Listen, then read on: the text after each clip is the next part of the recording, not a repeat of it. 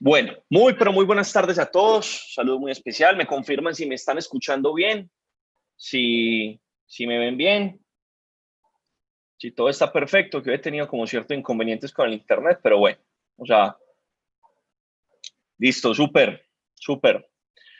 Bueno, familia, me corresponde, yo creo que las cosas siempre pasan por voluntad de Dios y por voluntad de nuestra madre, de nuestra línea de auspicio celestial, como dice un socio nuestro. Entonces, dispongámonos. Hoy tenemos una sesión muy especial porque es la última sesión del conocimiento de María. Recordemos que son 4 bloques, ¿sí? Está el conocimiento del mundo para vaciarnos del espíritu del mundo. Está el conocimiento de mí mismo, el conocimiento de María y por último el conocimiento de Jesús.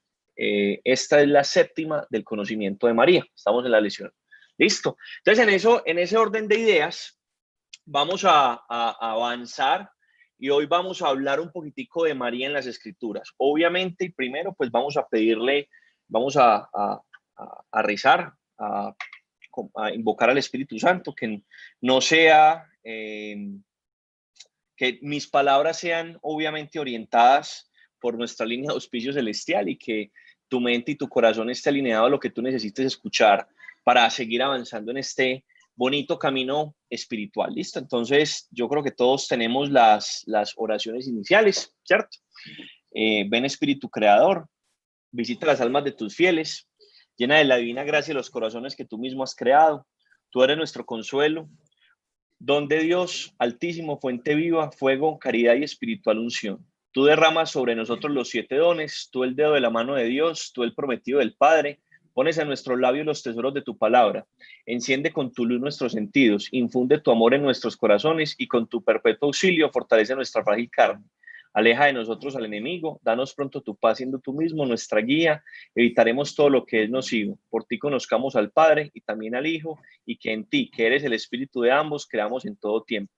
Gloria al Padre, gloria al Hijo y gloria al Espíritu Santo. Bueno, en un principio, ahora y siempre, por los siglos de los siglos. Amén. Ave María Estela, salve estrella de mar, Madre Santa de Dios y siempre Virgen, feliz puerta del cielo, aceptando aquel ave de la boca de Gabriel, afiánzanos en la paz al trocar el nombre de Eva, desata las ataduras de los reos, da luz a quienes no ven, ahuyenta nuestros males, pide para nosotros todos los bienes, muestra que eres nuestra madre, que por ti acoja nuestras súplicas, quien nació por nosotros, tomando el ser de ti, Virgen singular, dulce como ninguna, líbranos de la culpa, haznos dóciles y castos, facilítanos una vida pura, prepáranos un camino seguro, para que viendo a Jesús nos podamos alegrar para siempre contigo. Alabemos a Dios Padre, glorifiquemos a Cristo soberano y al Espíritu Santo, y demos a las 3 personas un mismo honor. Amén. Invoquemos al Espíritu Santo. Ven Espíritu Santo, ven a través del Inmaculado Corazón de la Virgen María, tu amadísima esposa. Ven Espíritu Santo, ven a través del Inmaculado Corazón de la Virgen María, tu amadísima esposa. Ven Espíritu Santo, ven a través del Inmaculado Corazón de la Virgen María, tu amadísima esposa. Muy bien, comenzamos la lección número 26. A mí me intimida las pantallas negras, entonces el que quiera y pueda, para que esto sea mucho más ameno, los invito a prender la cámara. Y lo mismo, en la medida que vayan surgiendo dudas o preguntas, con todo el gusto, sí, obviamente esto es un tema, lo que vamos a hablar hoy, pues tiene unas bases teológicas muy fuertes, ¿cierto? La que no me la sepa, pues se las quedaremos debiendo y en la próxima catequesis la contestaremos. Y la que me sepa, pues obviamente con todo el gusto la vamos a contestar. ¿Listo? Para los que no me conocen, mi nombre es Juan David Duque. Tuve la fortuna y la gracia de comenzar el proceso de consagración hace ya un poco más de 1 año y medio, y fue un proceso, ha sido un proceso muy bonito. Nos consagramos, pues vivimos todo lo que ustedes están viviendo, toda la preparación a la consagración, a través de el conocimiento de los diferentes bloques, y pues tuvimos la fortuna y la gracia de Dios de consagrarnos a Jesús a través de María. ¿Listo? Como ya lo vieron lecciones anteriores, María es el camino más rápido, más corto para llegar a Jesús. Y Jesús, pues obviamente es nuestro centro, Jesús es Dios, ¿sí? Y es Dios hecho hombre, Dios aquí en tierra, pues para mostrarnos cuáles son los caminos que debemos de tener para llegar al reino de Dios. Entonces, como la consagración es hacia Jesús a través de María, y el hecho de ser cristianos católicos, y ya me imagino que han visto la lección de apologética, ¿cierto? Que es la defensa de la fe, porque la Iglesia Católica es la primera y la única iglesia, bueno, tiene muchos principios teológicos de fondo, ¿sí? Pero acá hay una diferencia importante frente a nuestros hermanos protestantes, ¿cierto? Cuando yo hablo de cristiano, pues es todas las personas que tenemos a Cristo en el centro, pero muchas veces nos expresamos de manera correcta porque le decimos a un protestante cristiano, y en realidad, pues los católicos también somos cristianos, ¿sí me estoy haciendo entender? Entonces, la diferencia entre un protestante y un católico, una de las grandes diferencias, está en la percepción que los protestantes le dan a la Virgen María. ¿Listo? Entonces hoy vamos a hablar justamente de eso. Hoy vamos a hablar de la Virgen María en las Escrituras, en la Biblia. O sea, ¿qué pasa? ¿Qué hay en la Biblia? ¿Qué pasa en la Biblia con la Virgen María? Porque de alguna manera, vuelvo y repito, la apologética es la defensa de la fe. Entonces hay apologética hacia la iglesia, pero también hay apologética mariana. Es decir, cómo defendemos a la Virgen María, entre comillas defender, ¿cierto? Porque la Virgen es la Virgen y no necesita, entre comillas, que nadie la defienda. Pero sí es importante que nosotros entendamos cuál es el rol de la Virgen, porque si no entendemos cuál es el rol de la Virgen, pues no vamos a llegar a Jesús, ¿sí? Voy a tratar de explicar esto a manera de introducción, de una manera muy sencilla. A ver, ¿el agua es fundamental para la vida? Sí, si no tomamos agua, pues nos morimos. Ahora, ¿es lo único que se necesita para la vida? No. Si tú tomas solamente agua, eventualmente te vas a morir. No sé si me está haciendo entender la relación. Los protestantes dicen que lo único a lo cual se le puede hacer caso, ¿cierto? O es la palabra de Dios, o sea, las escrituras. Y ahí hay un error teológico porque las escrituras son importantes, sí. ¿Contiene lo que se necesita para la salvación? Sí. ¿Está todo? No. ¿Sí? En la misma escritura lo dice. La misma escritura dice que no existirían los libros del mundo para relatar todo lo que Jesús hizo en su magisterio. ¿Listo? No existirían. Por lo tanto, si la misma Biblia dice que no todo está acá, o sea, que no todo está consignado, significa que hay algo más, por supuesto, ¿cierto? Voy a poner otro ejemplo. Yo tengo una hija de 7 meses, está recién nacida, es una bebé. Y vamos a suponer, ¿cierto? Que en 20 años, ella se llama Emilia Duque Emi, no sé, es una científica famosa y logra encontrar la cura contra el SIDA. Es un ejemplo cualquiera, ¿listo? Y resulta que se hace un documental acerca de Emilia Duque, ¿cierto? En ese documental, obviamente, va a estar toda la vida de Emilia. ¿La vida de Emilia desde dónde arranca? ¿Desde que empezó a investigar? ¿O la vida de Emilia arranca desde que nació? Es lógico, la vida de Emilia arranca desde que nació. La vida de Emilia arranca todos esos pasos que ella dio, acompañado de sus padres, de Nati y yo, para que ella tomara esas decisiones. No sé si me estoy haciendo entender, ¿cierto? La Virgen María fue esa niñera, por llamarlo de alguna manera, en nuestros tiempos actuales, fue la madre que escogió Dios para guiar a Jesús acá en la tierra. Es decir, palabras más, palabras menos, para que le enseñara a ser humano. ¿Listo? Entonces, decir que la Virgen no existe, entre comillas, es negar una gran parte de la vida de Jesús. Entonces ahí hay un error teológico garrafal. Un segundo. Sí. Espérame un segundo, yo pongo aquí en silencio a Rosalba que, listo, ahora sí, muy bien.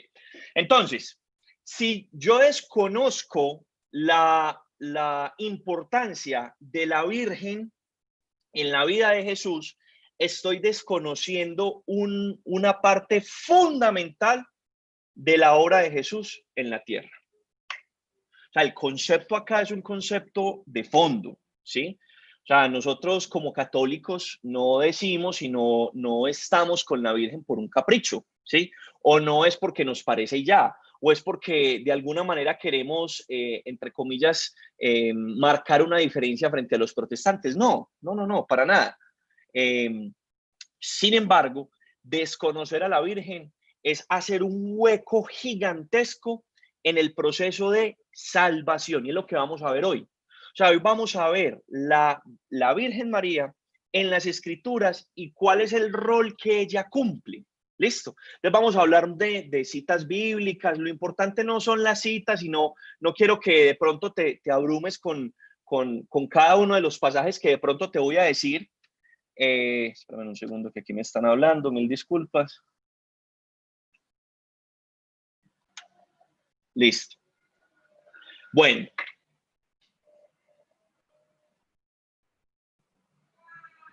Bueno, entonces, vamos bien, ¿listo? Vanessa, sí, vi el mensaje que me pone. Sí, lo que pasa es que hay varias, finalmente la temática es la misma. Listo. De acuerdo a la sincronía que tú tomes, puede ser la 20 o puede ser la 26. Listo, pero es la misma. O sea, la catequesis de hoy, la que les corresponde a ustedes es María en las Escrituras. Listo. Entonces estás bien, no te preocupes. No te preocupes. Dale. Muy bien. Listo. Vamos bien hasta el momento. Entonces hoy vamos a hablar, para que estemos todos en contexto, vamos a hablar de la Virgen María. ¿Sí? Y de la Virgen María en las Escrituras. Ojo, Juan, ¿es la única parte donde aparece? No, recordemos que en las escrituras, no solamente las Escrituras, como les estaba diciendo, sino que hay algo muy importante que es la tradición de la Iglesia. Y la tradición de la Iglesia está dividida en dos. Está el Catecismo de la Iglesia, que es escrito, que son más de 2000 años consignados en un libro, en el Catecismo de la Iglesia. Te recomiendo, si no lo has hecho, te recomiendo que lo hagas, que lo descargues, es gratis, está para iPhone y está para Android, y puedes tener el catecismo de la iglesia y bueno, con búsquedas rápidas, etcétera. Cuando tengas alguna duda o quieras conocer un poco más qué dice la iglesia frente a X o Y tema, ahí está supremamente bien explicado y está muy, muy claro. Pero también hay otra parte que es la tradición oral, ¿cierto? Anteriormente, de generación en generación, todo se transmitía a través de cuentos, historias y relatos, ¿cierto? No había tanto, los primeros evangelios se escribieron, si no estoy mal, en el siglo II, ¿sí? O sea, obviamente Jesús y los profetas los apóstoles cercanos, la primera línea, pues ya hace rato habían partido de este plano terrenal, y las comunidades cristianas o los cristianos primitivos lo que hacían era pasar a través de la tradición oral. ¿Listo? Entonces, dicho esto, no solamente la Virgen María está en las Escrituras, sino que también está en la tradición. Hoy particularmente nos vamos a concentrar en las Escrituras. ¿Listo? Muy bien. Muchos protestantes de alguna manera tratan como de menguar o quitarle protagonismo a la vida de la Virgen María, y de alguna manera incluso se atreven a decir que Jesús trataba mal a la Virgen María, ¿cierto? Y nos vamos a dar cuenta aquí en el transcurso que no es que la trataba mal, es que la Biblia hay que leerla con mucho contexto, o sea, hay que leerla con todo el contexto, no solamente un versículo particular, no solamente la interpretación que yo le dé a 2 o 3 frases, sino que yo tengo que entender todo el contexto al cual está haciendo referencia. ¿Listo? Entonces, vamos a empezar a enumerar. Bueno, el primer lugar en la Biblia, en las Escrituras, donde María aparece o se hace una mención profética, ¿sí? Es en el Génesis, particularmente en el Génesis 3:15. Lo voy a leer textual. Enemistad pondré entre ti y la mujer, entre tu linaje y su linaje. Ella te pisará la cabeza, mientras tú acechas su calcañar. ¿Qué pasó acá? Vamos a darle contexto a este pasaje. Resulta que acá ya Adán y Eva caen frente a la tentación del demonio. Eva peca, come el fruto prohibido, le da a Adán, ¿sí? Es decir, los dos pecan por desobediencia, o sea, no es tanto por comer de ese fruto, sino por desobedecer a Dios, ¿sí? Entonces, el pecado al hombre entra por Eva, ¿listo? El pecado al hombre entra por Eva. ¿Qué está diciendo Dios acá cuando se da cuenta y dice, pero usted qué hizo? Entonces la mujer, Eva, le dice, no, pero es que la serpiente me engañó. Entonces Dios dice, a la serpiente le dice, enemistad pondré entre ti y la mujer, entre tu linaje y su linaje. Ella te pisará la cabeza, mientras tú acecharás su calcañar. ¿Listo? O sea, lo que está diciendo acá el Génesis es un protoevangelio. Un protoevangelio es el primer evangelio o es antes de los evangelios, ¿cierto? Básicamente lo que está hablando acá o el libro de Génesis, miren que está haciendo una conexión entre lo que es entre lo que está pasando, ¿sí? Entre la situación de el pecado original con la redención. ¿Listo? O sea, está diciendo, si el pecado llegó por Eva, una mujer, la nueva Eva, María, te va a pisar la cabeza. ¿Listo? Entonces, esto es una profecía, ¿sí? El libro de Génesis acá es la primera profecía. Y aquí comienza la historia de la salvación. ¿Listo? O sea, cuando hacemos referencia a María, María no se apareció de la nada en uno de los evangelios y no fue una persona desarticulada que en ningún momento se había hablado de ella, no. Ya en el Génesis, que es el primer libro de la Biblia, o sea, Dios estaba diciendo que una mujer le iba a aplastar la cabeza. Entonces, bueno, uno podría decir, bueno, y entonces, ¿por qué? O sea, está diciendo en este versículo o en esta parte específica, está diciendo que una mujer, entre ti y la mujer, entre tu linaje y tu linaje, ella te pisará la cabeza. Porque ese ella no es Eva misma. Entonces no tiene sentido teológico que una mujer, ¿cierto? Que fue la que rompió el vínculo permitiendo entrar el pecado, de ahí sale el pecado original, no tiene sentido que una mujer pecadora, Eva, sea la que le pise la cabeza al demonio. ¿Listo? Y aquí hay algo importante, y es que cuando a una serpiente se le pisa la cabeza, ¿sí? Lo que quiere decir ahí es que se está despojando de todo el poder, y es decir, que esa mujer es más poderosa que la serpiente. ¿Listo? O sea que queda reducida básicamente a impotencia. ¿Pero por qué logra eso? ¿Por qué logra generar esa enemistad? ¿Cierto? ¿Cómo logra generar esa enemistad? Y esa enemistad se genera es porque María no pecó. Si María hubiera pecado, no hubiera podido aplastarle la cabeza al demonio. ¿Me estoy haciendo entender acá? O sea, acá hay un principio muy claro y es otra razón por la cual es claro que en el Génesis 3:15, regálenme un segundo que se me va a descargar los audífonos, ya me pito acá.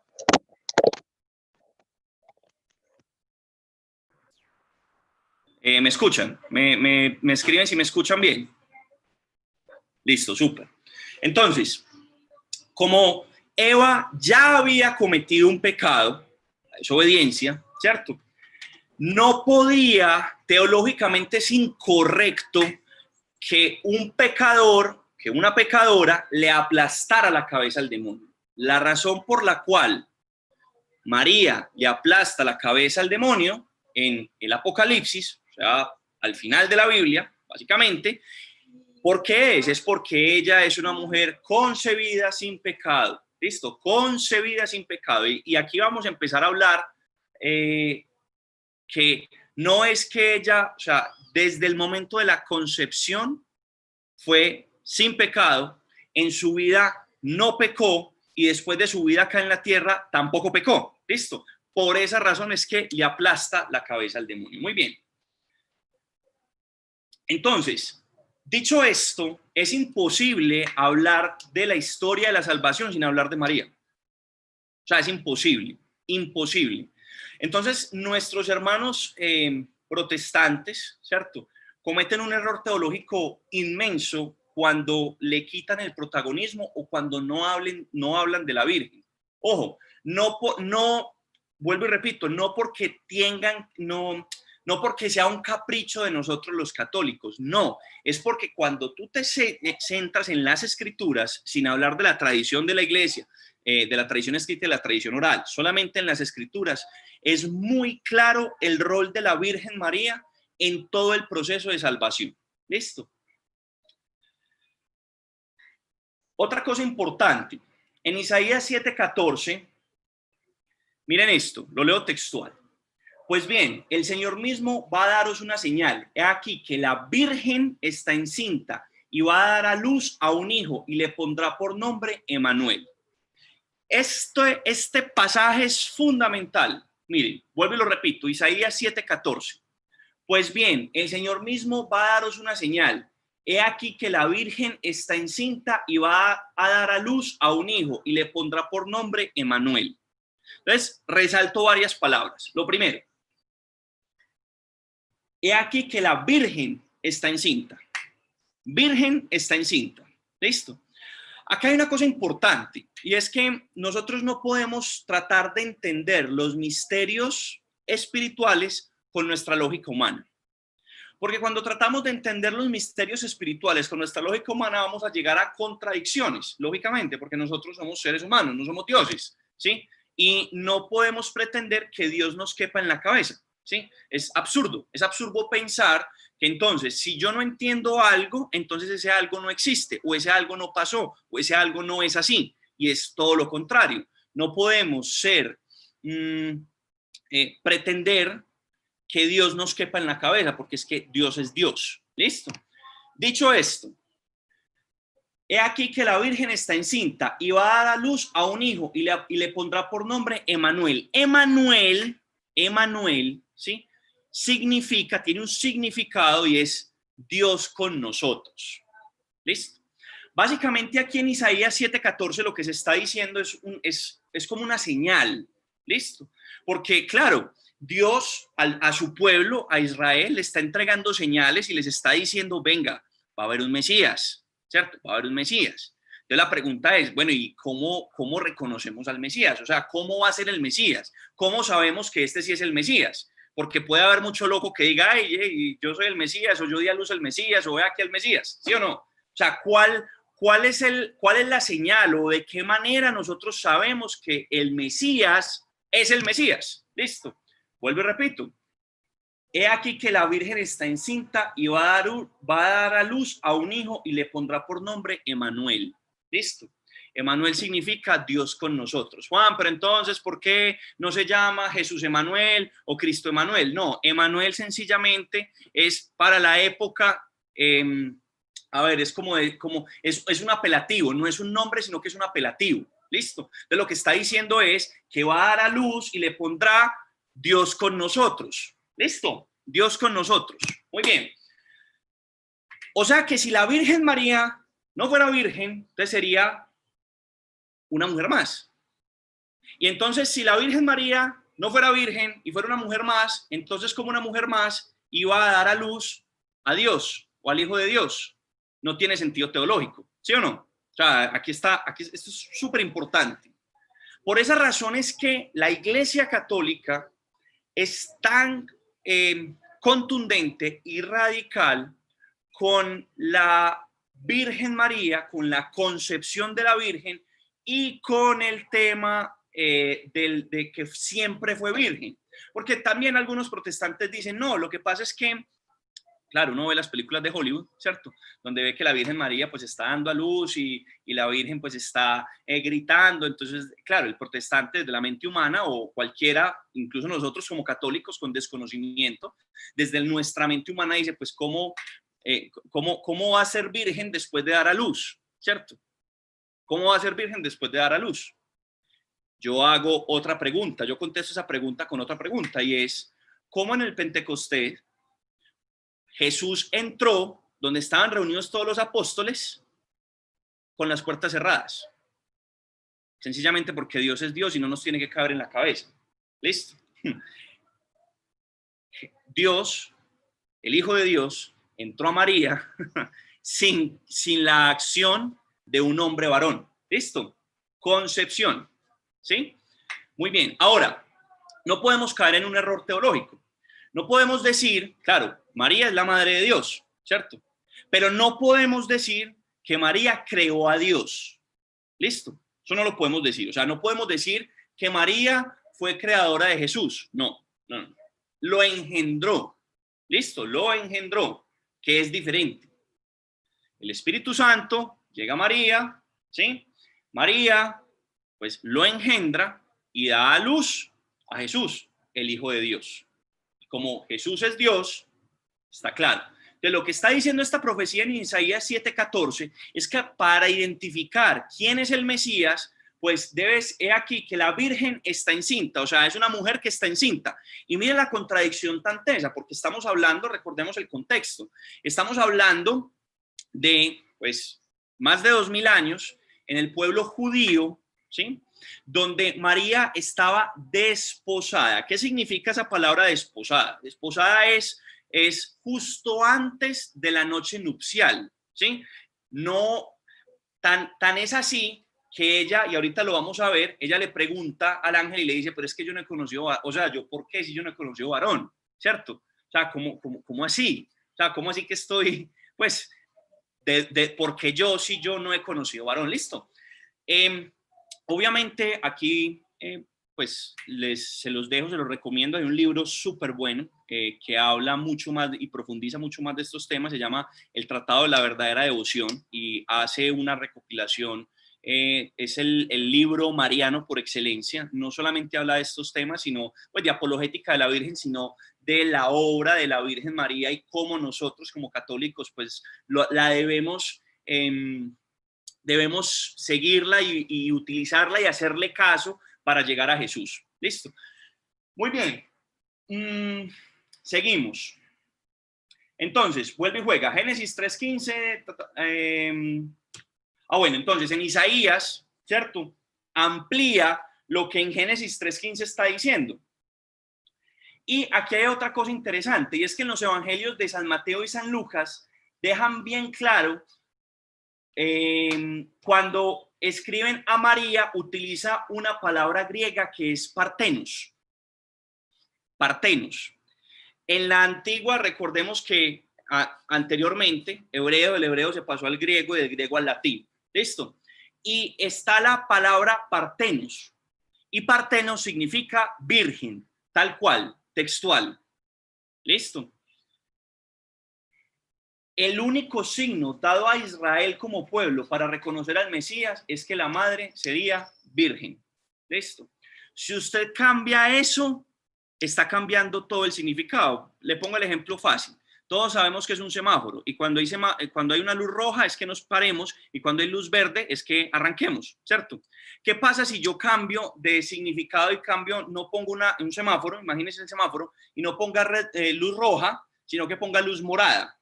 Eso está cambiando el contexto, ¿cierto? O sea, es muy importante, así, vuelvo y le repito, así no nos quepa en la cabeza de cómo María es virgen o por qué María es virgen, a usted no le tiene que caber en la cabeza, lo que usted debe entender es que sencillamente es virgen, ¿cierto? ¿Listo? Muy bien. Bueno, en Miqueas 5:2 dice, por eso si Yahvé los abandona es solo por un tiempo, hasta que aquella que debe dar a luz tenga a su hijo. Entonces volverán a Israel los desterrados. ¿Listo? Esto es palabra de Dios. Esto no es palabra de Juan David o palabra de Carlos o de palabra de Eli o palabra... No, esto es palabra de Dios. ¿Listo?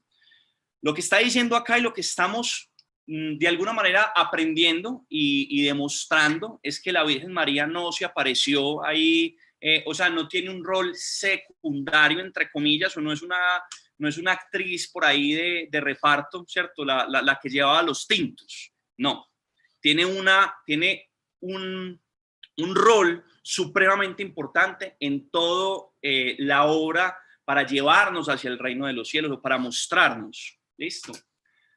Ahora ya hablamos algunos pasajes, obviamente no los menciono todos, pues por temas de tiempo y por practicidad, pero son del Antiguo Testamento. Recordemos que la Biblia está dividida en dos grandes bloques, Antiguo Testamento y Nuevo Testamento, y todo, pues Jesús marca esa diferencia entre el Antiguo y el Nuevo.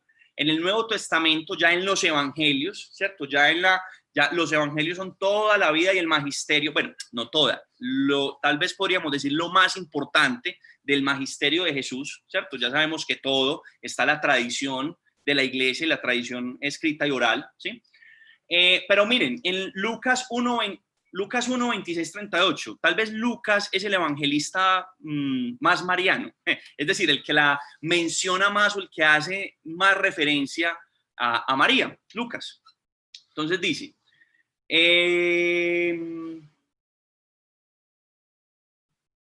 un segundo que aquí lo tengo para decirles exactamente qué es lo que dice Lucas. Miren, se los quiero leer textual. San Lucas en su prólogo, ¿cierto?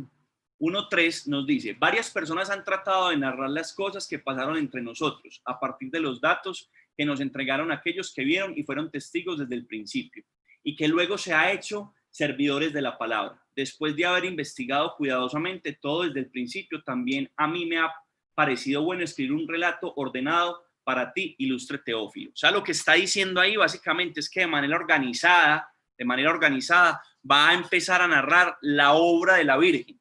¿Listo? Ahora bien, ¿qué pasa? No sé si ustedes recuerdan en el Antiguo Testamento que estaba el Arca de la Alianza, ¿cierto? El Arca de la Alianza en el pueblo de David anteriormente pues eran nómadas, ¿cierto? Antes de llegar a Israel y a Egipto, eran nómadas, se pasaban de un lado a otro, ¿sí? Y estaba el Arca de la Alianza. El Arca de la Alianza no la podía tocar nadie, ¿listo? El que tocara el Arca de la Alianza caía como un pollo, ¿sí? No sé si usted lo sabía, pero era así. ¿Por qué? Porque era un, ¿cómo lo podemos poner en palabras de nuestro tiempo? Era completamente prohibido, así como cuando en una familia, ¿cierto? En nuestro concepto moral, pues usted no se puede meter con su hermana. No sé si me estoy haciendo entender, ¿cierto? Lo mismo pasa acá, o sea, nadie podía tocar el Arca de la Alianza porque era pues la alianza que había pactado Dios y el pueblo. Listo. Esa es la alianza en el Antiguo Testamento y no podemos hablar del Arca de la Alianza si no habláramos de Abraham. Listo. O sea, Abraham, Arca de la Alianza. Nueva Alianza, María. Listo. María, el hecho de ser la madre de Dios, es decir, la que engendró a nuestro Redentor, nuestro Salvador, tiene una estrecha relación y pone la cereza a esa alianza. Juan, entonces, ¿qué pasa si no mencionamos a la Virgen María? Pues es que si no mencionamos a la Virgen María, entonces, ¿cómo, pues, de dónde nació? ¿Sí? Juan, ¿y pudo haber sido de otra forma? Posiblemente sí. O sea, pues es que Dios es Dios y Dios puede, o sea, Jesús se pudo haber aparecido, ¿cierto? Dios es Dios, listo. Pero la manera, la metodología que utilizó Dios para entregarnos al Salvador es vivir el mismo proceso que ustedes y yo tenemos, y es que nacemos, ¿cierto? Nos vamos creciendo, tenemos papá y mamá que nos van enseñando cosas y desarrollamos nuestra vida. Ese mismo proceso quiso que Dios fuera así para que a nosotros nos quedara muchísimo más claro. Porque si llega Dios, ¿sí? Jesús como un superhéroe con capa, ¿cierto? A hablarnos de la buena nueva, que hay un reino de Dios, pues unos va a decir, este está loco, otros va a decir, no, yo no creo en un sí, porque sería increíble, listo. Lo interesante acá es que se vuelve más increíble aún pensar que el Hijo de Dios se hizo hombre. La hermana Glenda tiene una prédica muy bonita y muy interesante, porque pues ella tiene el don de la música, ¿cierto? Y ella predica y habla del evangelio a través de canciones. Si no la ha escuchado, le invito a que la escuche. De hecho, estuvo el año pasado, dio un concierto acá en el colegio de la Universidad Bolivariana, muy, muy interesante. Y ella dice que si ella, o sea, que ella no daría la vida para ser hormiga, ¿cierto?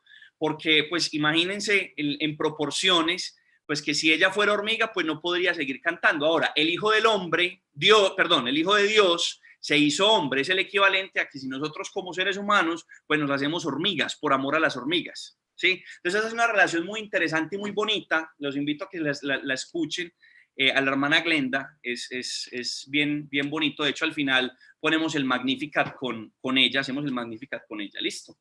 Bueno, entonces, seguimos avanzando. Vamos a analizar lo que dice y vamos a traer, y San Lucas lo dice. Entonces dice, a una joven virgen, San Lucas relaciona, identifica esta joven con la profecía de Isaías 7:14. Desposada con un hombre llamado José de la familia de David.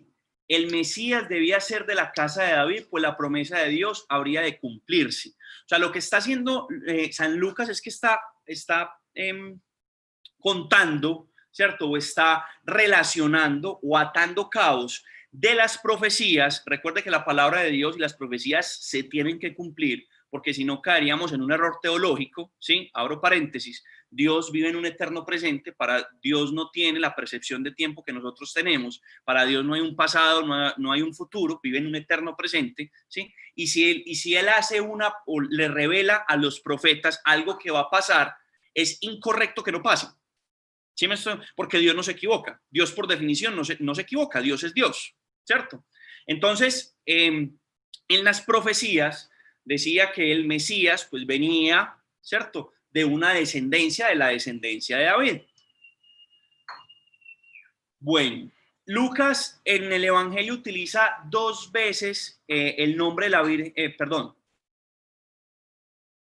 utiliza 2 veces el título de virgen. Listo. Esto no es figurativo. Esto es importante que nos quede súper claro. No es figurativo, no es que ahí por los laditos y después José sí se metió con María. No. Es literal. Listo. Es literal. ¿Sí? O sea, no es obvio. Lo que pasa es que ponemos el contexto de hace 2000 años y lo ponemos en el contexto actual, ¿cierto? Y parece difícil pensar en una sociedad como hoy, ¿sí? Como hombre y mujer pasaban castos toda la vida y se decían que eran esposos. Un contexto complicado, ¿listo? Sin embargo, vuelvo y repito, no nos tiene que caber en la cabeza, sencillamente, pues debemos porque por eso es un dogma de fe, y hay muchísimo estudio teológico detrás, ¿cierto? Aquí usted no lo va a creer porque yo se lo esté diciendo, porque Carlos se lo dice, sino porque hay muchísimo estudio teológico y hay muchísimas cosas que lo demuestran. Listo. María tiene uno de sus significados es señora. Listo. Ahora, esto es lo que a mí me parece más bonito, de lo más bonito, ¿cierto? Cuando el ángel le dijo llena de gracia. Listo, llena de gracia. Llena de gracia en griego significa, o la palabra griega es kecharitonem. Listo, kecharitomem, que significa tener la plenitud de la gracia. En otras palabras, nunca antes Dios se había referido a los seres humanos con este calificativo, ¿cierto? No se había referido antes. ¿Qué significa esto y qué nos da para pensar? Que no es que fue concebida con pecado original y tuvo una vida santa. No. Es que no fue concebida con pecado original. Hay una historia pues muy bonita. La concepción de la Virgen es otra historia que habla en el Tratado de la Verdadera Devoción. Es muy bonito, ¿cierto? Pero básicamente, cuando le dice llena de gracia, o sea, lo que el ángel le está diciendo es, o sea, tú eres, ¿cierto? Listo. Adicional hay algo importante. En estos días me vi un video de un protestante tan lindo que decía, qué belleza, el Ave María, ¿cierto? Es Dios te salve, llena eres de gracia, ¿cierto? Y el amigo muy lindo decía, pero pues si ustedes dicen que es santa, ¿cómo así que Dios te salve? Entonces, ¿se salvó o no se salvó? ¿Cierto? ¿Qué vacío teológico y de Biblia tiene el hombre? ¿Sí? La palabra salve, ¿cierto? No es de salvación o no hace referencia a salvación. Salve es un saludo. ¿Listo? ¿Y qué le está diciendo el ángel? Dios te salve, o sea, Dios te saluda, ¿sí? No la está saludando el ángel, o sea, no le está diciendo el ángel, hola, aquí estoy yo. No, Dios, ¿cierto? Le está mandando saludos. ¿Listo? Eso es salve. Salve es saludar. Muy bien.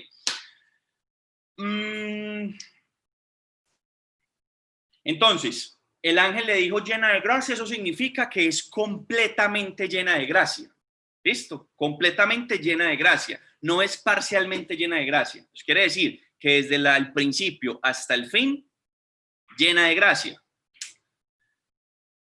Ahora, la Virgen, y esto es algo, por eso nosotros tenemos a nuestra Madre, la Virgen, como un modelo de humildad muy teso, porque póngalo, a mí me gusta como imaginarme la escena y como ponerla en las palabras actuales, ¿cierto? Entonces imagínense que la Virgen fuera, entre comillas, que no lo fue, pero voy a hacer aquí una representación, que fuera una mujer soberbia, ¿cierto? Entonces, que el ángel llegue y le dice, llena de gracia, entonces te imaginas, no, pues yo ya sé, ¿qué tienes para mí? ¿Cierto? O sea, imagínense esa escena, listo. Recuerde que María no era una zarapastrosa de la esquina. María y José vienen de la descendencia de David, de reyes. ¿Listo? Jesús nació en el pesebre por una situación política del entorno. ¿Listo? O sea, no fue porque no hay, ¿de dónde más? No, pues vámonos a un pesebre a que nazca este muchachito ahí. No. Es porque hubo una situación compleja a nivel político, ya se estaba, ya había mucho run, ¿sí? Que el Mesías, y recordemos que Herón, ¿cierto? Se asustó y dijo, el rey no me va a quitar, o sea, este me va a quitar de acá, pero si yo lo mato, ¿sí o no? Si yo lo mato, estoy listo. Entonces, por eso fue que empezó a hacer el censo, o sea, a censar a todos y a mirar quién era el Mesías, ¿listo? Entonces, vuelvo y repito, no es que la Virgen y José, la Virgen María y José no tuvieran nada, no, ellos venían de una familia importante, ¿listo? Lo que pasa es que por situaciones políticas, ¿sí? Háganse de cuenta, una familia prestigiosa de Venezuela, me disculpa si hay algún venezolano conectado, es con todo el cariño que pongo el ejemplo, con una vida, empresarios, con una buena vida en Venezuela, pero por causa de este señor Maduro, le toca venirse. ¿Con qué se viene? Si no puede vender nada, si le toca dejar todo allá, con una mano adelante y una atrás, ¿sí o no? Entonces, no es que María, y esto es importante, no es que María y José pues fueran cualquiera, no. Esto venía dentro del plan de Dios. O sea, Dios no cogió unos dados a decir, bueno, a ver aquí a quién le cae. No. O sea, esto ya era un tema profético y ya era el plan de Dios. Pero Dios hace todo con el consentimiento del hombre. Dios hace todo con el consentimiento del hombre. ¿Por qué? Porque miren que el ángel le dice a María, no temas María, porque has encontrado gracia ante Dios. ¿Sí? ¿Y qué le dice María? Hágase en mí según su palabra. O sea, ¿qué está diciendo ella? Bueno, pues yo no me considero grande, pero yo soy la esclava. Miren qué concepto tan teso de que nos enseña nuestra madre, que entre más grande es, más humilde debemos ser. O sea, entre más grandes somos, más humildes debemos ser. Por esa razón, bueno, por esa y por tantas pues que hemos venido hablando, si María tuviera soberbia, hubiera pecado, no le hubiera pisado la cabeza al demonio. ¿Listo? Luego, entonces María le dice al ángel, ¿cómo podré ser madre si no tengo relación con ningún hombre? O sea, pues muy bacano, yo acepto el reto, pero ¿y entonces ahí cómo es la cosa? ¿Sí o no? Listo. ¿Qué le dice el ángel? El Espíritu Santo descenderá sobre ti y el poder del Altísimo te cubrirá con su sombra. O sea, en otras palabras, ¿qué le está diciendo? Tranquila, tranquila, y usted tiene la gracia. Listo, tranquila. ¿Sí? Por eso cuando los protestantes dicen que el Ave María no está en la Biblia, cometen un error grandísimo, porque sí está en la Biblia. Es más, el rosario es bíblico. El rosario era la forma en la cual los cristianos primitivos que de pronto no tenían acceso a educación, porque anteriormente pues este tipo de cosas no existían, ¿sí? O sea, la educación en la cristiandad no existía por temas de persecuciones y demás. Lo que hacían es que encontraron el rosario para que los cristianos pudieran mantenerse fieles a. El rosario es la simplificación o es un extracto, ¿cierto? De la vida de Jesús, de los evangelios, los misterios, etcétera, etcétera. ¿Listo? Entonces, esto es importante porque esto no fue inventado por X o Y papa, no. Esto tiene un tema teológico de fondo. Bueno, entonces, luego de que ya María le pasa como el susto, ¿cierto? Le dice, no, pues que yo no conozco hombre, ¿qué es eso? Listo.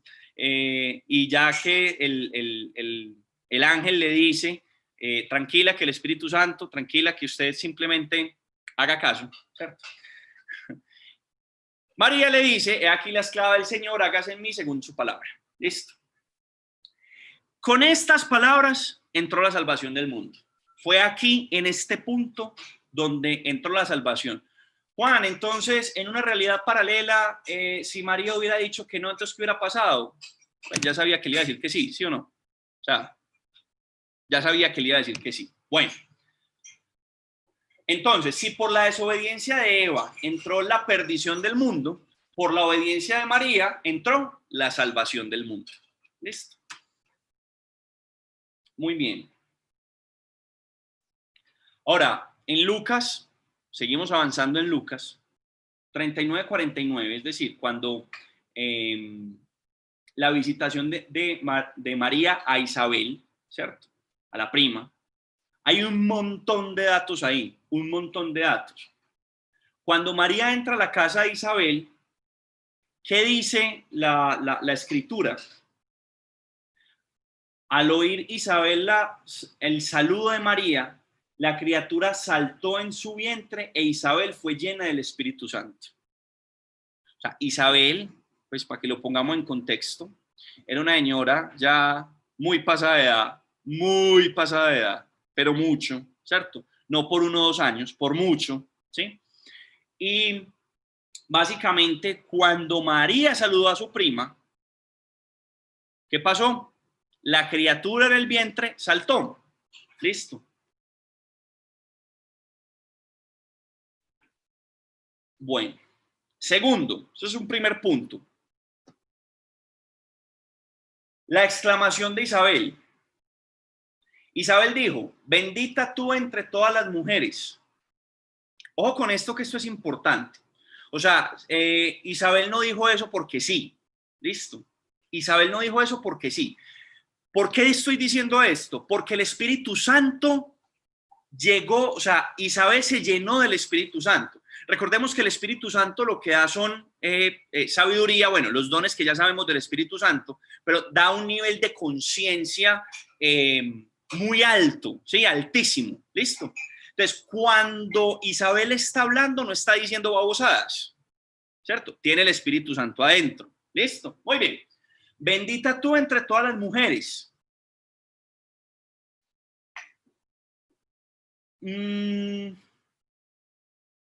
Tercero, versículo 43 de Lucas, ¿sí? ¿de dónde a mí que la madre de mi Señor venga a visitarme? Ojo con esto. Mira este tema tan teso. ¿De dónde a mí que la madre de mi Señor venga a visitarme? ¿Cuál Señor? Emanuel, o sea, Dios con nosotros. ¿Sí o no? Si no se estuviera refiriendo a la criatura que llevaba en el vientre, entonces ¿a quién se estaba refiriendo? ¿Listo? Muy bien.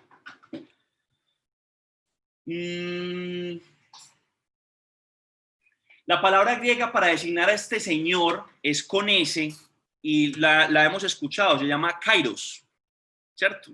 La hemos escuchado mucho. Que a su vez es el equivalente a Adonai en hebreo. Y es la misma palabra que utiliza María en el versículo 46 para designar al Dios de Israel.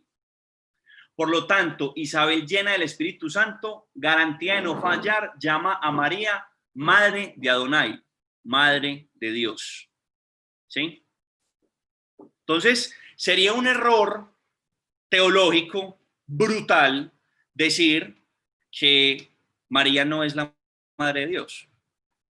Y si aceptamos que María es la Madre de Dios, entonces sería un error teológico brutal, pues no escucharla, no seguirla, no estudiar su vida.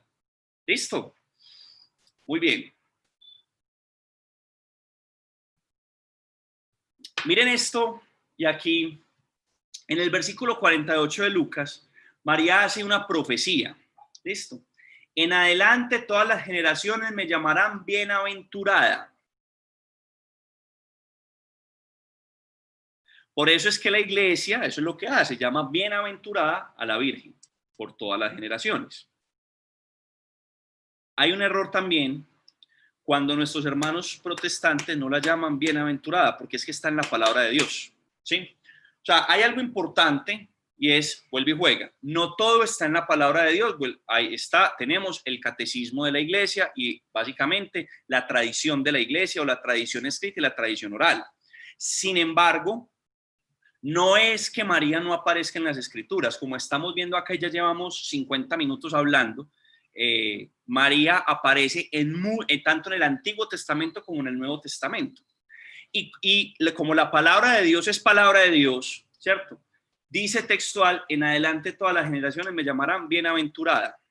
¿Listo? Quiere decir que es ir en contra de la palabra de Dios, no reconocerla como bienaventurada. Muy bien. Bueno, hasta el momento, ¿tenemos alguna duda, alguna inquietud? Me la pueden hacer por el chat. Bien, vamos bien.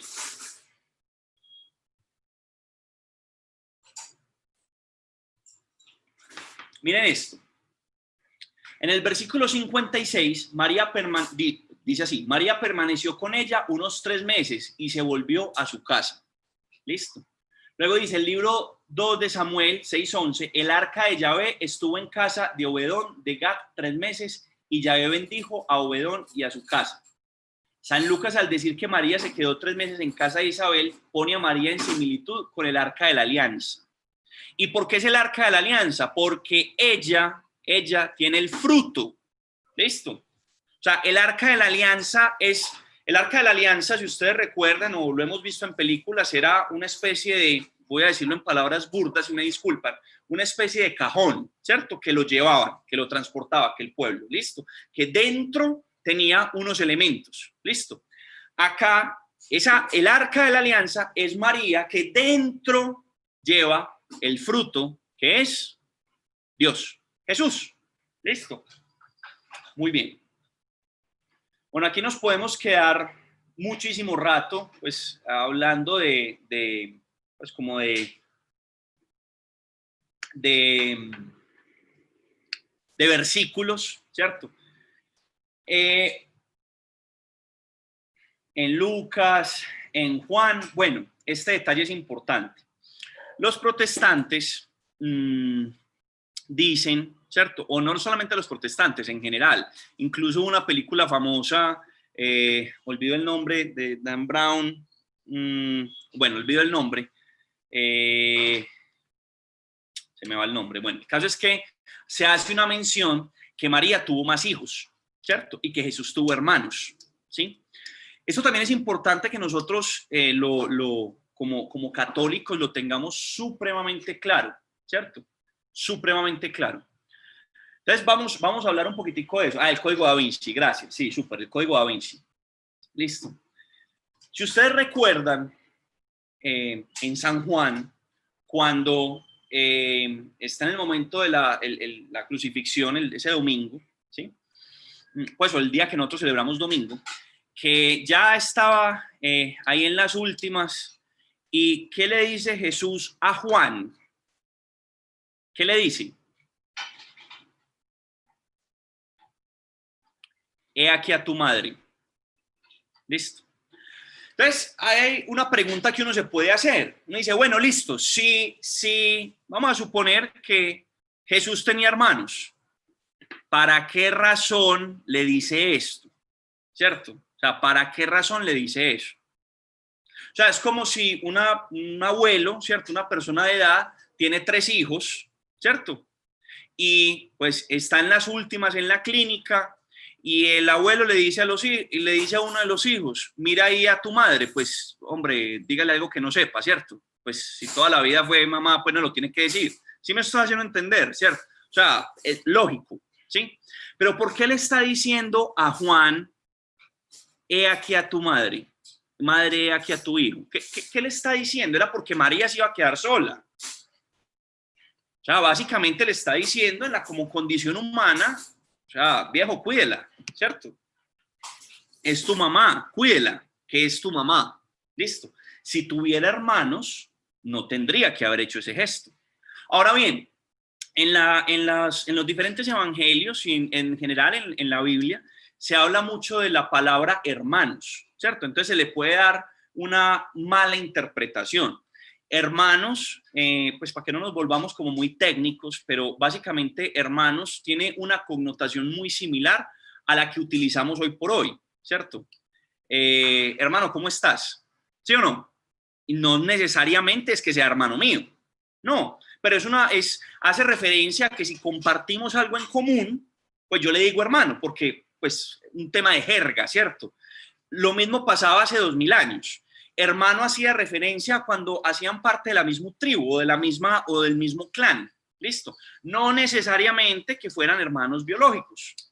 Listo. Porque cuando se hace referencia a hermanos biológicos se dice hijo de tal, hija de tal, ¿cierto? Se especifica claramente. No se queda hermanos. Listo. Imagínense cuando San Pablo habla a los corintios, ¿cierto? Pablo, carta a los corintios, y que arranca, hermanos. Hombre, no, imagínate la mamá pues de Pablo con 400 hermanos. Dar a luz a 400 personas, pues sí me hago entender. Entonces es un apelativo que se utiliza pues de connotación de que compartimos un interés común, ¿cierto? Vuelve y juega, no es muy difícil pues como imaginarnos esto porque hoy decimos, hermano, ¿qué más? Listo, sin ningún inconveniente.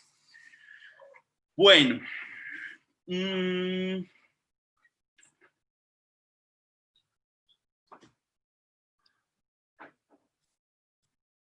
Entonces, con esto vamos a hacer una conclusión para que abramos espacio a preguntas si tienen alguna duda. Una conclusión. El Padre la escogió, el Hijo tomó carne en sus entrañas y el Espíritu Santo encarnó al Hijo de Dios en su vientre y la cubrió con su sombra. ¿Listo? Este es el resumen, se los voy a copiar acá en el chat para que lo tengan, porque este me parece un muy buen resumen de esta catequesis, ¿cierto? Usted no se tiene que saber de memoria, yo no me lo sé, de hecho aquí tengo el pastel, ¿cierto? Los evangelios y exactamente, pues, qué dice, pero sí es importante que usted vea el contexto completo y que entendamos el contexto.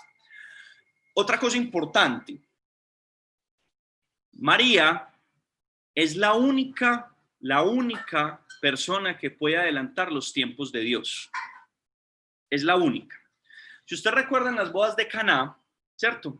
De que ahí está claro la importancia del matrimonio. Y ahí hay varios escenarios que pasan. Vamos a recordarlo de manera rápida. ¿Qué pasa en las bodas de Caná? Las bodas de Caná, pues era muy importante en el ritual judío, era muy importante pues la celebración, y el vino hacía referencia a la prosperidad que iba a tener ese matrimonio. ¿Listo? O sea que si se acaba el vino es grave, ¿sí? No es muy distante a lo que pasa hoy, ¿cierto? Hoy si estamos en una fiesta y se acaba el guaro, pues grave, ¿sí o no? Listo. Pero en esa época había una connotación importante y lo que pasa es que en el matrimonio estaba Jesús, estaban los discípulos y estaba María, ¿cierto? Y estaban ahí de celebración, tranquilos, los habían invitado, ¿cierto? Parte sin novedad, una fiesta. Sin embargo, ojo con esto, Jesús no había hecho ningún milagro.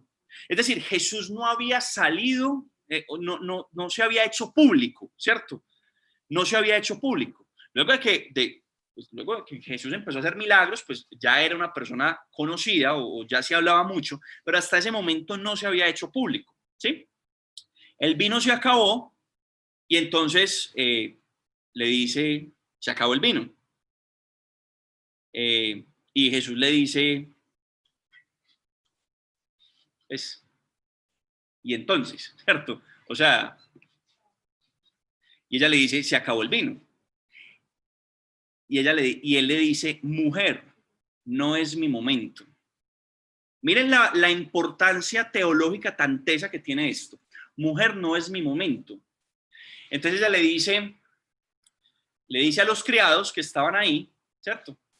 Palabras más, palabras menos. Tranquilo, que él sabe cómo es la vuelta, yo soy su mamá, hagan lo que él les diga, ¿cierto? Pues no lo dice así, pero básicamente le dice, hagan lo que él les diga. ¿Y qué hizo Jesús? Convirtió el agua en vino. Listo. Ojo, una cosa es convertir la leche en agua. Esa es fácil, ¿cierto? Esa es fácil. Tiene leche, le echa más agua, quedó aguado, listo. Otra cosa es convertir el agua en vino, ¿sí? O sea, es el primer milagro de Jesús y fue adelantado por María. Entonces, cuando decimos, no, es que María no es relevante, pilas, que ahí, hombre, no podríamos tampoco afirmar que entonces el que no cree en María no se salva. No, eso sería una afirmación incorrecta que no podemos hacer. Pero a mí me gusta ver a María de la siguiente manera, en palabras nuestras de hoy en día. Se da cuenta que nos invitan a una finca, ¿sí o qué? Y a un matrimonio en una finca, a una celebración, un cumpleaños, veámoslo en cumpleaños, a una finca. Pero esa finca es de esas fincas que ni siquiera el Waze entra, o sea, que llega un momento en que el Waze no entra. Entonces uno cuando va sin María, uno es como perdido, que uno, pero venga, y cuando logra llegar, ya los invitados ya almorzaron, ya bailaron, ya se están tomando el postre para devolverse. ¿Listo? Cuando usted va montado con la Virgen María, digo montado y escúcheme el término que estoy utilizando, es el equivalente a que usted lo recojan en una 4x4, en una Prado, usted no maneja, ¿cierto? Usted no se preocupa por las vías, usted no se preocupa por los semáforos, usted no se preocupa por nada y usted llega de primero y usted saluda a todos los invitados. Eso es, en palabras de hoy, el que nosotros nos estemos consagrando a Jesús a través de María. ¿Sí? O sea, lo que nosotros le estamos diciendo a María, porque María y en las diferentes apariciones marianas, pues son apariciones para todo el mundo, ¿cierto? O sea, son apariciones que hay algunas que están comprobadas y estudiadas por el Vaticano, otras no, pero básicamente lo que ella está diciendo es, hey, ¿cierto? Y nos está haciendo como un montón de recomendaciones, ¿sí? Cuando nosotros nos consagramos a Jesús por María, ya María no nos pide permiso, no sé si me estoy haciendo entender con esto, para entrar a nuestra vida, sino que nosotros lo que le estamos diciendo es, entre y capitanee mi vida. Y cuando usted se ocupa, y estas son unas palabras que se las escuché a Elizabeth Díaz y desde que le vengo haciendo caso en eso, me cambió sustancialmente mi forma de ver la vida y se volvió mi vida como más liviana, más tranquila y todo fluye más. Cuando uno se dedica a las cosas de Dios, Dios se dedica a las cosas de uno, ¿cierto? Entonces, María es esa guía, Es esa 4x4 que nos va a llevar al reino de los cielos, a la salvación, a Jesús muchísimo más rápido, ¿sí? No sé si hay alguna duda, alguna inquietud.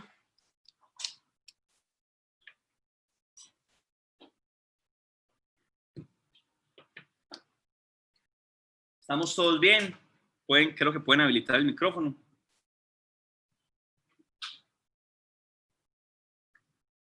Sí, pueden habilitar el micrófono.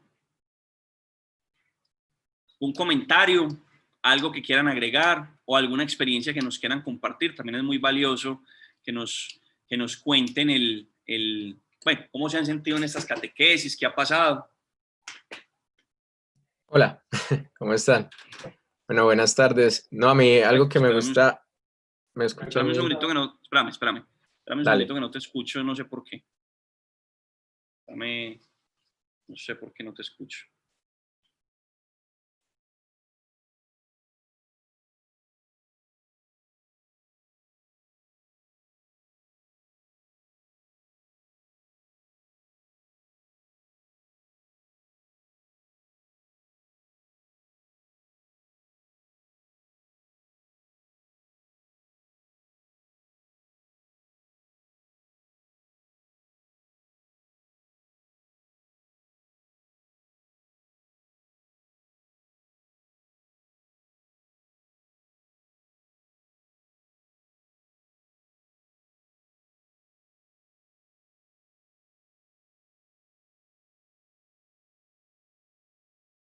De talento humano en salud. Dentro de ese plan de expansión se vieron 4 etapas y 3 líneas de respuesta. La primera etapa era partida de encontrar con el talento humano en salud ya disponible. Nosotros tenemos claro que en Colombia contábamos con cerca de 1.200 médicos intensivistas. Listo, dale. Ahora sí me... Escucha. Sí, ahora no, sí, que, ahora sí. Tengo el aquí en mi computador y me lo... no, primero, antes, muchas gracias porque la verdad como le ayuda a uno mucho a entender muchas cosas. Incluso desde el inicio de la consagración, pues a mí lo que más me daba dificultad desde hace mucho tiempo era entender un poco el misterio de María, porque uno siendo muy católico o teniendo como esa tradición de familia, uno no logra como entender todo, ¿cierto? Y aplicarlo de toda la vida. Y algo muy bonito pues que estaba pasando desde que inició la consagración fue que yo dije como, bueno, yo quiero tener ese entendimiento porque yo soy alguien que le gusta entender mucho las cosas y pasó algo muy bacano y es que mi mamá empezó también a escuchar un padre que se llama Luis Toro, que él tiene pues una apologética pues súper vasta y habla muchísimo también sobre textos en los cuales uno puede pues ver mucho más a fondo también la vida de la Virgen María y la importancia pues que tiene en lo católico. Creo que es algo, pues lo digo como a testimonio porque yo de pasar a no entender nada porque no entendía muy bien, incluso por eso digo yo que también empecé a consagrarme, ya pasé como a entender muchas más cosas y es algo que también me ha ayudado mucho acá porque de estar yo y ver como cosas de la tradición católica como algo que no iba como con lo que le ofrecía al mundo, a entender que es que el mundo le está ofreciendo a uno unas cosas que no van tanto con lo que en serio le ofrecía a uno Dios, ¿cierto? Pues ya la época en lo que uno esté, entonces es algo muy bacano, eso del padre Luis Toro, muy bacano que también lo puedan escuchar porque sirve mucho para entender y eso que me ha servido mucho la consagración, que ahora entiendo mucho más cosas de la fe que antes eran para mí muy extrañas. Total, sí, total. ¿Alguien más nos quiere compartir de hoy o algún comentario o alguna pregunta?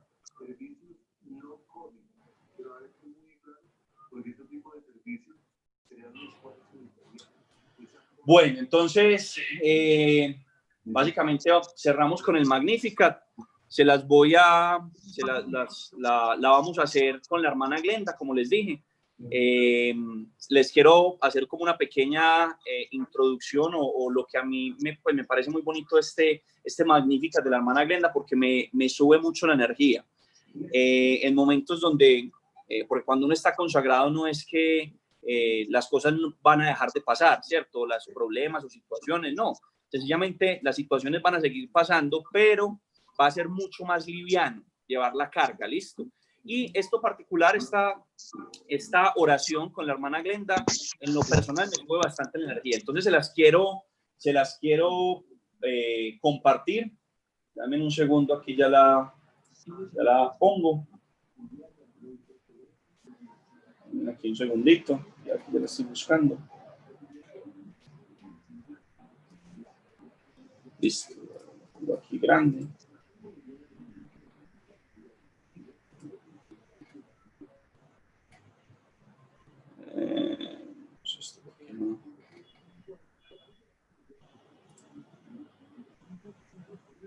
Aquí un segundo.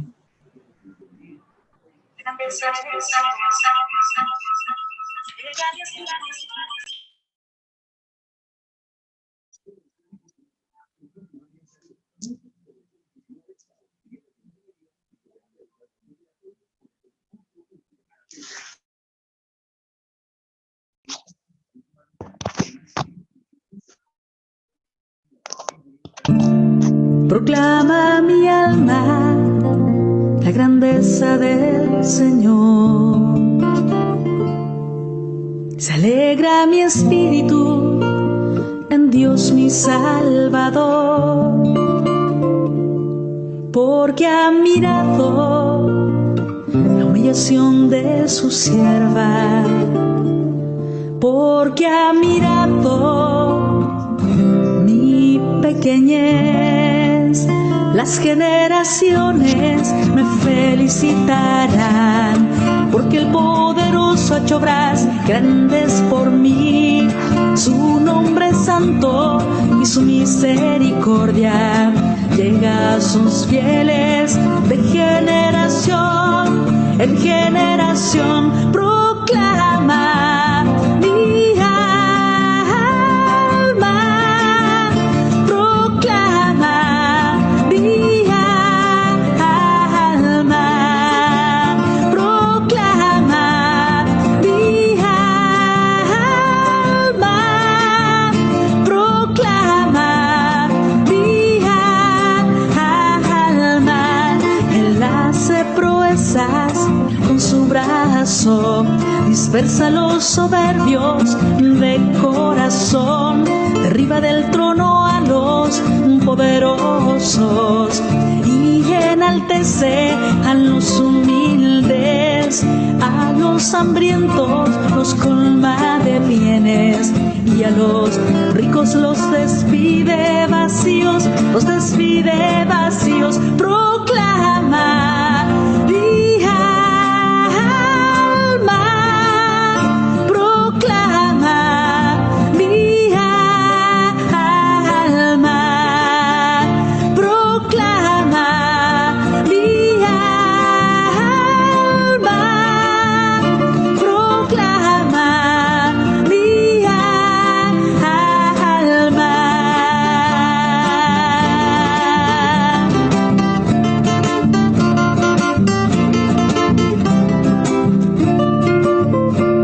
Auxilia a Israel, su siervo, acordándose de su misericordia, como lo había prometido a nuestros padres, en favor de Abraham y su descendencia por siempre. Proclama mi alma, proclama mi alma, proclama mi alma, proclama mi alma.